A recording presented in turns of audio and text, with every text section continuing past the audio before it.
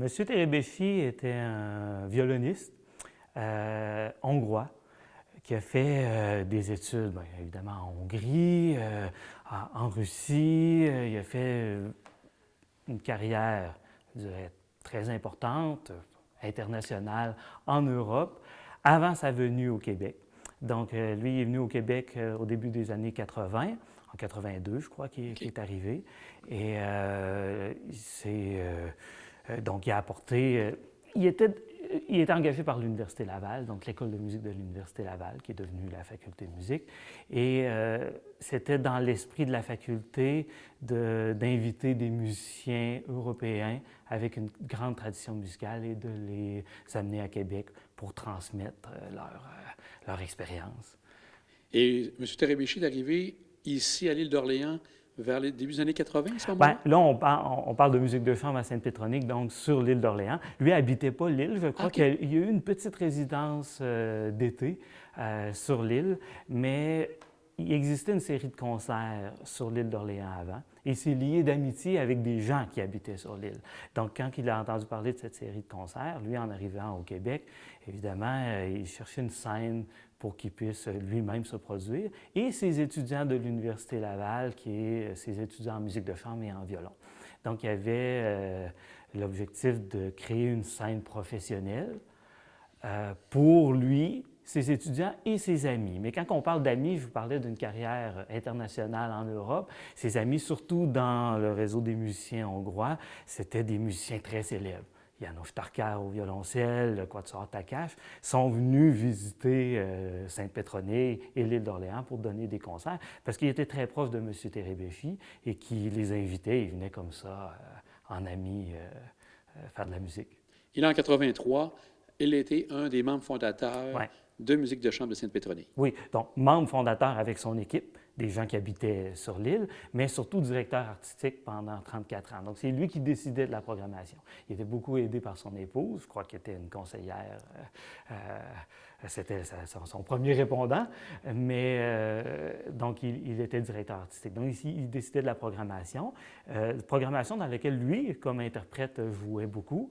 C'est quelque chose au moment où il a pris sa retraite du monde du spectacle, je dirais qu'il a arrêté de jouer du violon publiquement. Là, il ne s'est pas produit dans la série, mais il se produisait très, très souvent dans la série et il décidait de la programmation.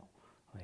Et si on regarde l'héritage que va apporter M. Terebesi, quel est cet héritage que vous voyez ici à Sainte-Pétronille et même à travers la Ville de Québec? Oui, bien, c'est une offre de concert de musique classique l'été.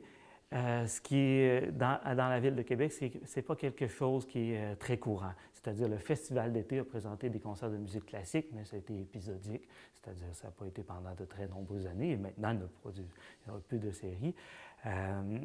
La musique classique, l'été, c'est les grands festivals, le Domaine Forget, le Festival de la Naudière, le Centre d'art d'Offord. Donc, les gens de la région de Québec qui veulent entendre des concerts de musique classique l'été, c'est réellement l'offre de musique de chambre à Sainte-Pétronille qui a comblé ce besoin-là, en faisant venir des artistes internationaux extraordinaires, mais aussi, et ça c'est quelque chose que M. Terebesi avait à cœur, d'inviter des musiciens de la relève. Et ils sont très, très fiers. Il était très, très fier d'avoir invité Marie-Nicole Lemieux, par exemple, ou Marc-André Hamelin, alors que c'était des musiciens qui étaient très, très peu connus du grand public, mais eux ont vu dans eux le talent et le potentiel pour faire une très, très grande carrière. Et ils étaient très, très fiers de ça, de les avoir invités le premier. En 2017, donc, c'est vous qui prenez la relève comme directeur artistique. Qu'est-ce qui vous a amené à devenir directeur artistique ici? Bien, je pense que M. Terebesi, vieillissant, disons, a vu chez d'autres organismes des programmes de relève, c'est-à-dire d'autres organismes importants de musique classique qui avaient des directeurs artistiques pendant plusieurs années, qui, là, se trouvaient une relève. Donc là, je crois que l'idée lui est venue et faudrait que je trouve quelqu'un. Donc, moi, je connais M. Terebeschi, d'abord, pas comme directeur artistique de musique de chambre à Sainte-Pétronée, mais comme étudiant en musique. Je suis encore jeune, mais je suis assez vieux pour connaître la génération de ces musiciens européens que je vous parlais à la faculté de musique. Donc, moi, j'ai connu M. Terebeschi comme professeur.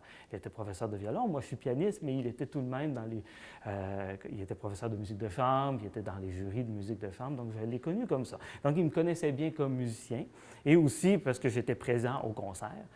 C'est une série incontournable pour quelqu'un qui s'intéresse à la musique classique, donc j'étais très souvent au concert. Et il m'a intégré en premier dans le conseil d'administration. Et ensuite a tâté mon intérêt pour voir si je serais intéressé à faire la direction artistique. Donc, il m'a intégré dans le conseil d'administration pour finalement être intéressé à faire la direction artistique. Oui. On regarde maintenant, malheureusement, la pandémie a comme interrompu les activités de musique de chambre Sainte-Pétronille. Pour 2022, est-ce qu'on prévoit relancer le tout? Ah oui, absolument.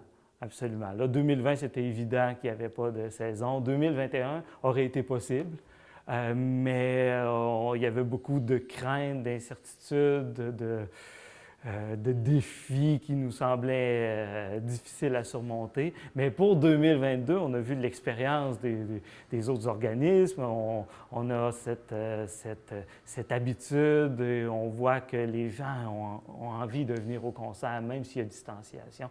Donc absolument, nous, on travaille avec des artistes qui sont déjà invités, c'est-à-dire qu'on est déjà très, très avancé dans la saison 2022. On va recevoir des artistes en 2022, sauf si les salles sont fermées entièrement. Mais si on se fie aux autres années, avec des étés qui sont moins exigeants à ce niveau-là, je pense qu'on va produire des concerts. Est-ce que la programmation est connue déjà ou actuellement vous êtes en train de ficeler le tout? Bien, je suis en train de ficeler le tout. Elle n'est pas dévoilée. Donc, aujourd'hui, je ne peux pas dévoiler, évidemment, des concerts, mais les artistes, dates et tout ça, c'est déjà décidé. Surtout parce que la plupart étaient des artistes qui étaient prévus pour 2020, et donc nous honorons l'invitation, évidemment, pour 2022.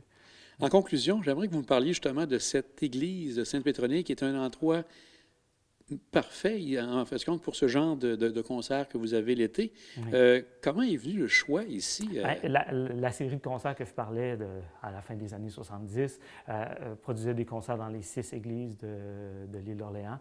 Le choix s'est arrêté sur musique de chambre à Sainte-Pétronille, surtout parce que M. Terebeschi a tout de suite vu le potentiel acoustique. C'est pas évident de faire des concerts de musique classique dans une église. C'est un hasard quand l'acoustique fonctionne très bien.